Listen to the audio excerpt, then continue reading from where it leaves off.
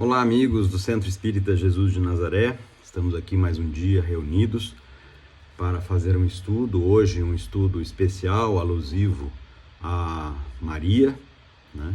Estamos nas proximidades do feriado de Nossa Senhora Aparecida e lembramos aqui no centro, usamos essa oportunidade, né, para fazer um estudo a respeito de Maria.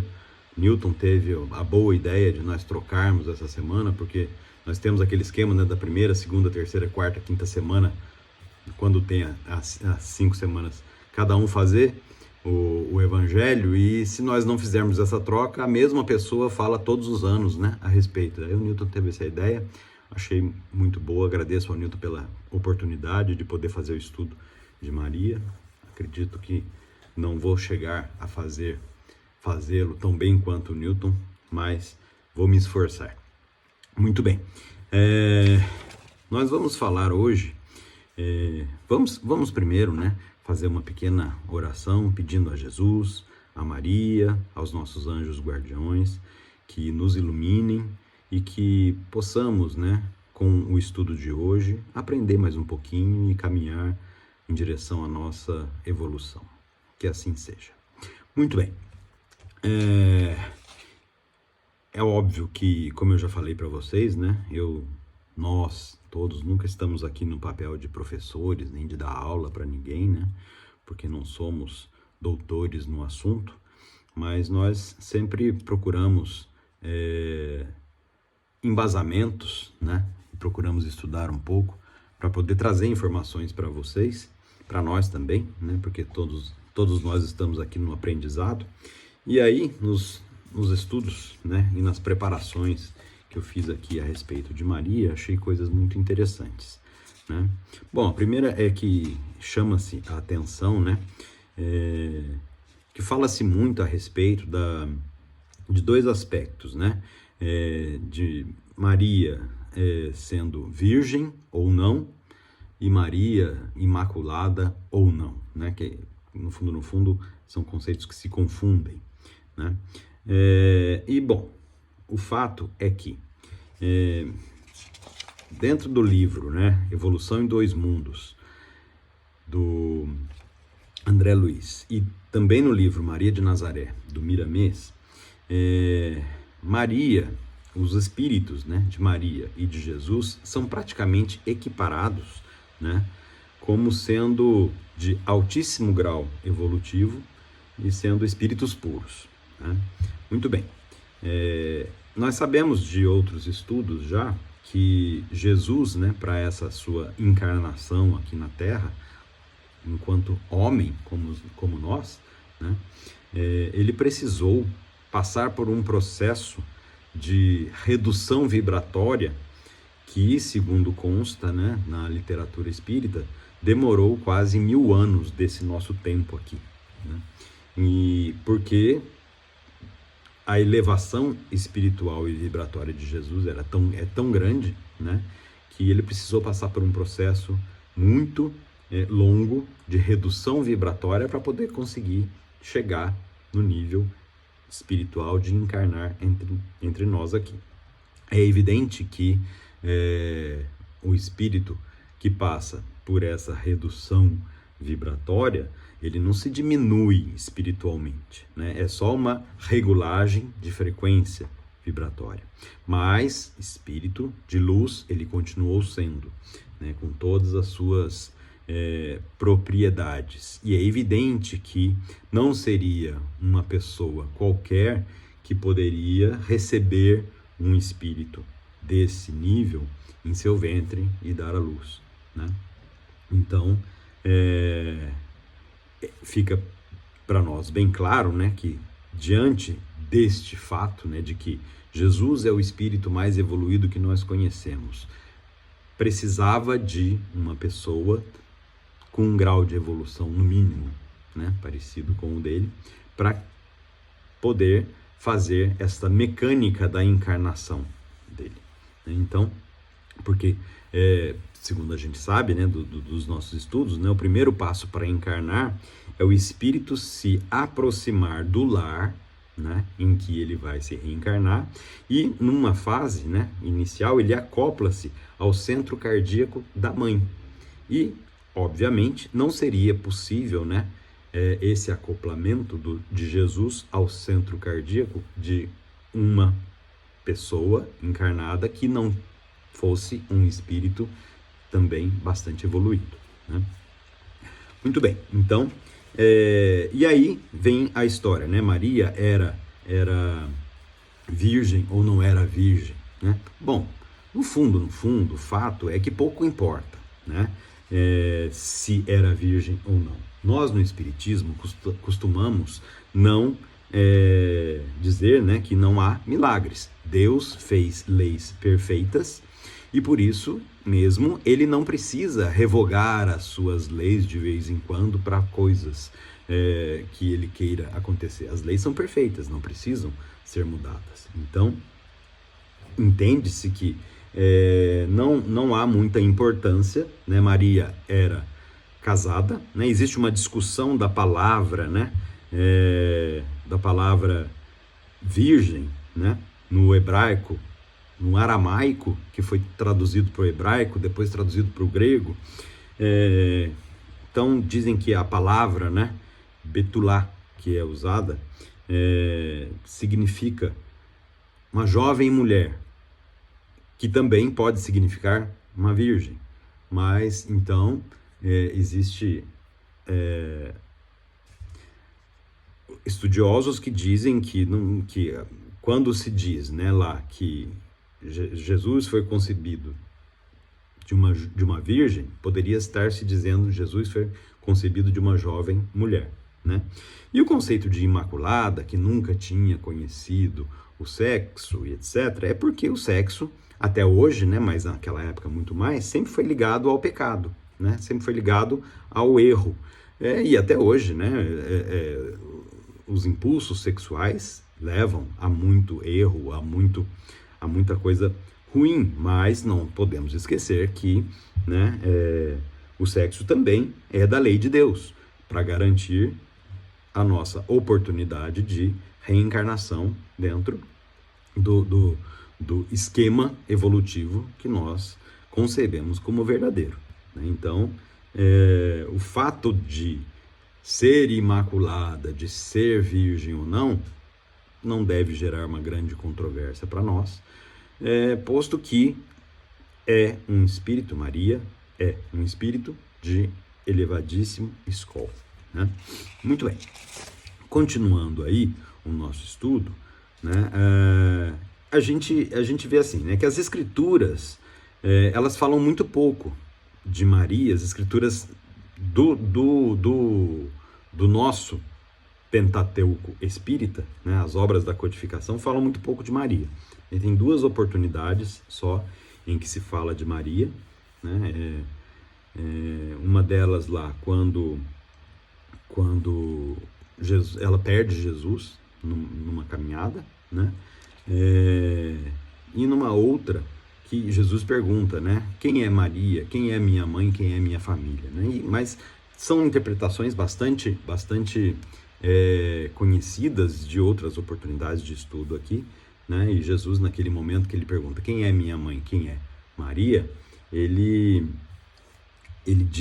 está falando, né, que ele, na verdade, pertence à família universal e não só à família que ele estava naquele momento encarnado, né? Bom, mas esses poucos trechos, né, que temos sobre Maria na literatura espírita, muitas vezes é porque vem ligado, né, século XIX, século XVIII, né, estavam lá ligados à repressão da imagem feminina. A imagem feminina ainda não tinha essa proeminência que tem hoje, né? O centro da história temos que levar em consideração que é Cristo, não Maria, né? E também temos que levar em consideração que os espíritos superiores pouco se importam, né, se estão sendo mencionados ou não, se estão levando crédito ou não. O que importa é a difusão da mensagem, né? Então,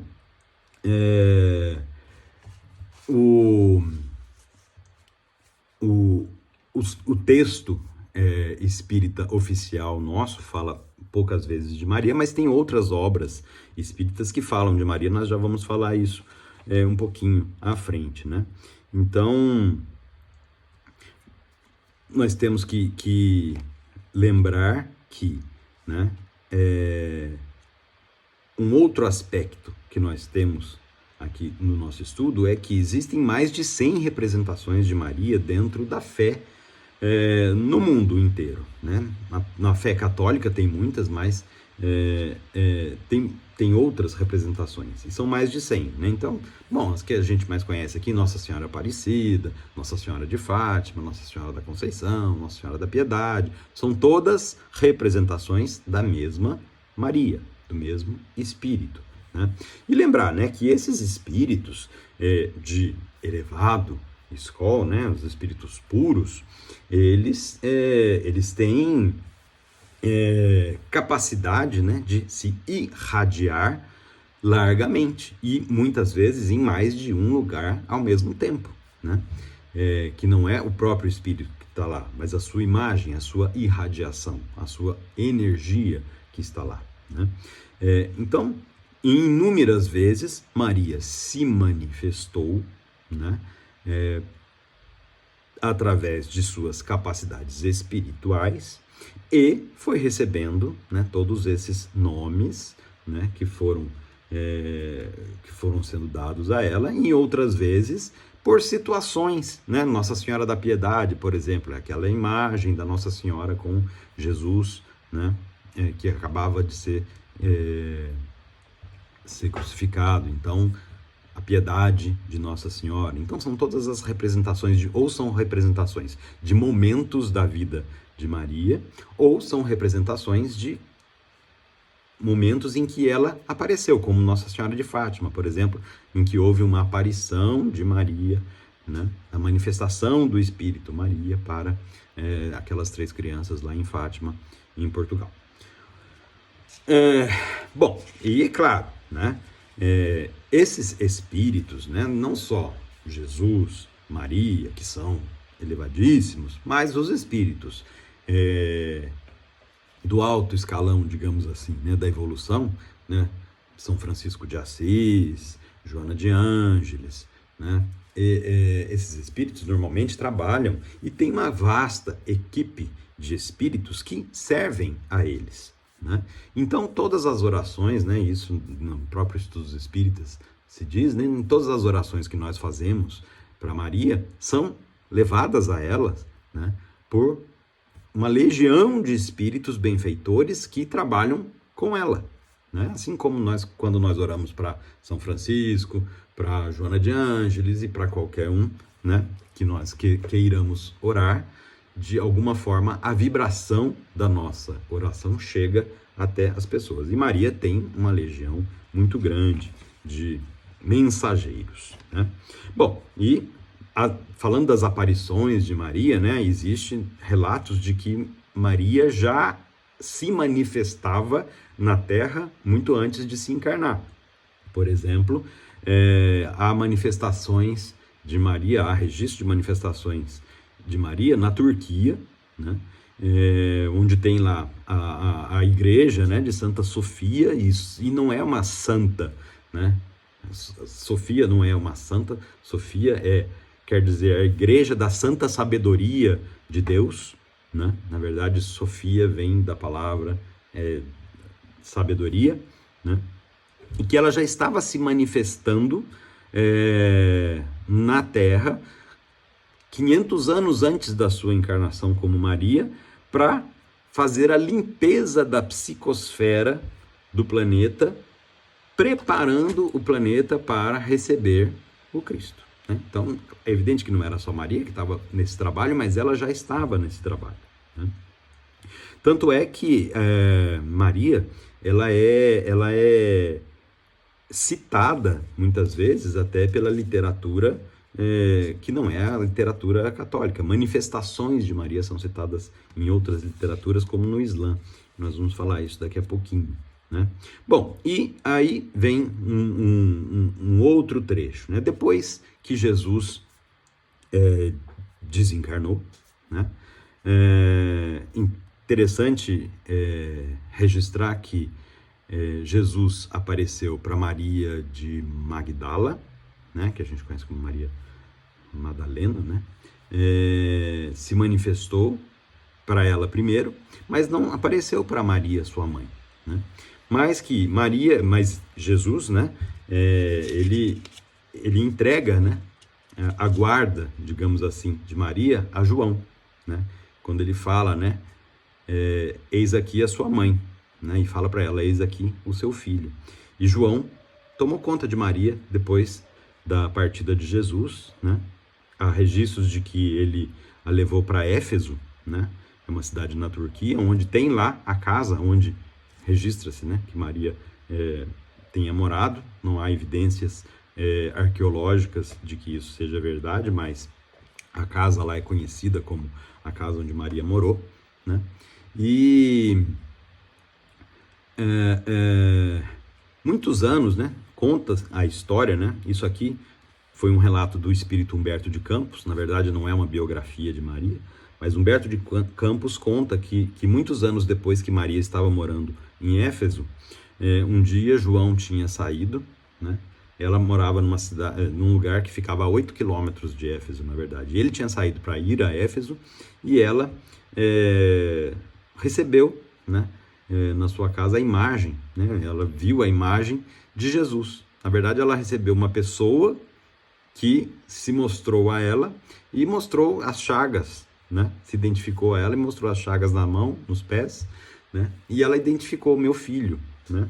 E conta Humberto de Campos que nesse momento ela ficou estarrecida, parou de falar e desencarnou, né? E foi levada na companhia de Jesus, que tinha aparecido para ela, para o reino espiritual. Muito bem. Mas isso é um relato do espírito Humberto de Campos, né? Não tem isso na Bíblia, não tem isso em lugar nenhum, mas é a história a qual a gente tem acesso. Bom, consta também, né, que Maria, ela coordena, né, várias entidades espirituais, né, entre elas o Hospital, né, Espiritual Maria de Nazaré, que se dedica a acolher, né, suicidas, e nada melhor do que o amor de mãe, né, para acolher os nossos irmãos que se perdem através do suicídio, para reencaminhá-los, a colocá-los de novo no caminho da evolução, não é mesmo? Então, conta-se isso, e aí tem aqui, né, tem uns trechinhos que eu separei aqui, que eu achei interessante, assim, ó. No Espiritismo também aprendemos a reconhecer em Maria uma entidade evoluidíssima, que já havia conquistado há mais de 2000 anos elevadas virtudes, tornando-se apta a desempenhar na crosta terrestre tão elevada missão, recebendo em seus braços o emissário de Deus, que se fez menino para se transformar no modelo de perfeição moral que a humanidade pode pretender, modelo moral, né, que a humanidade pode pretender sobre a Terra. Além do que se conhece nas antigas tradições religiosas, especialmente no Novo Testamento, encontramos na literatura espírita outros importantes dados biográficos de Maria, que vieram até nós por via mediúnica, naturalmente extraídos de arquivos fidedignos do mundo espiritual, revelando-nos que ela continua até hoje zelando com muito carinho pela humanidade terrestre, encarnada e desencarnada. E depois tem aqui um outro trecho, né, de um livro chamado Memórias de um Suicida, né, que conta a história do Camilo Castelo Branco. E o trechinho é assim, né? Trajados de branco, apresentavam-se caminhando pelas ruas lamacentas do vale, de um a um, em coluna rigorosamente disciplinada, enquanto, olhando-os atentamente, distinguiríamos, à altura do peito de todos, pequena cruz azul celeste, o que parecia ser um emblema, um distintivo. Essa frase do livro, né, ela nos dá o primeiro relato, né, sobre a legião de servos de Maria, que na verdade está escrito aqui, né, estou lendo, um texto, um extenso grupo de espíritos a serviço de Maria, mãe de Jesus, que resgata os miseráveis dos vales, no vale das sombras, né? Então, como a gente pode ver, Maria continua o seu trabalho muito ativo, né?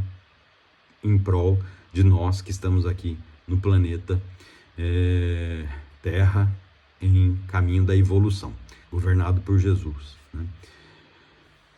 Chico Xavier, daí tem um outro relato aqui, né? Chico Xavier, no final de uma reunião pública no grupo Espírita da Prece, em Uberaba, na noite de 1º de dezembro de 1984, feita para homenagear o Dia das Mães desse mesmo ano, recebe o Espírito de Emmanuel, do Espírito de Emmanuel, o retrato falado de Maria de Nazaré. E tem uma foto, né? Não tem como mostrar aqui para vocês, mas se vocês procurarem no Google aí, né? Chico Xavier, ele recebeu, então, das mãos de Emmanuel, uma foto que retrata Maria. O retrato de Maria que nós já temos em mente é bem parecido com esse, né? E depois vem aqui, né? Olha, as petições feitas por todos na Terra e no plano espiritual destinadas a Maria elevam-se a planos superiores e lá são acolhidas por emissários da Virgem de Nazaré, a fim de serem examinadas e atendidas conforme o critério da verdadeira sabedoria. Então nós sabemos que Maria, né, continua zelando por nós. Então não é à toa, né, que nós temos essa grande admiração e essa grande fé, né, que a gente fala, né, para chegar a Jesus, nada melhor do que chegar através de sua mãe, né? Mas Maria, um espírito elevadíssimo, quase ou talvez tanto quanto Jesus, merece todo o nosso respeito, o nosso amor, né? E vamos terminar então nosso estudo de hoje, né, fazendo a oração da Ave Maria, né? Ave era uma saudação na época dos romanos, né? Ave César, né? Saúde César, né? Olá César, alguma coisa assim. Então, Ave Maria, cheia de graça, o Senhor é convosco, bendita sois vós entre as mulheres, bendito é o fruto do vosso ventre, Jesus. Santa Maria, Mãe de Jesus, rogai por nós, pecadores, agora, na hora do nosso desencarne e para todo sempre. Amém. Meus amigos, fiquem com Deus, na paz de Jesus e na paz de Maria. Até a próxima.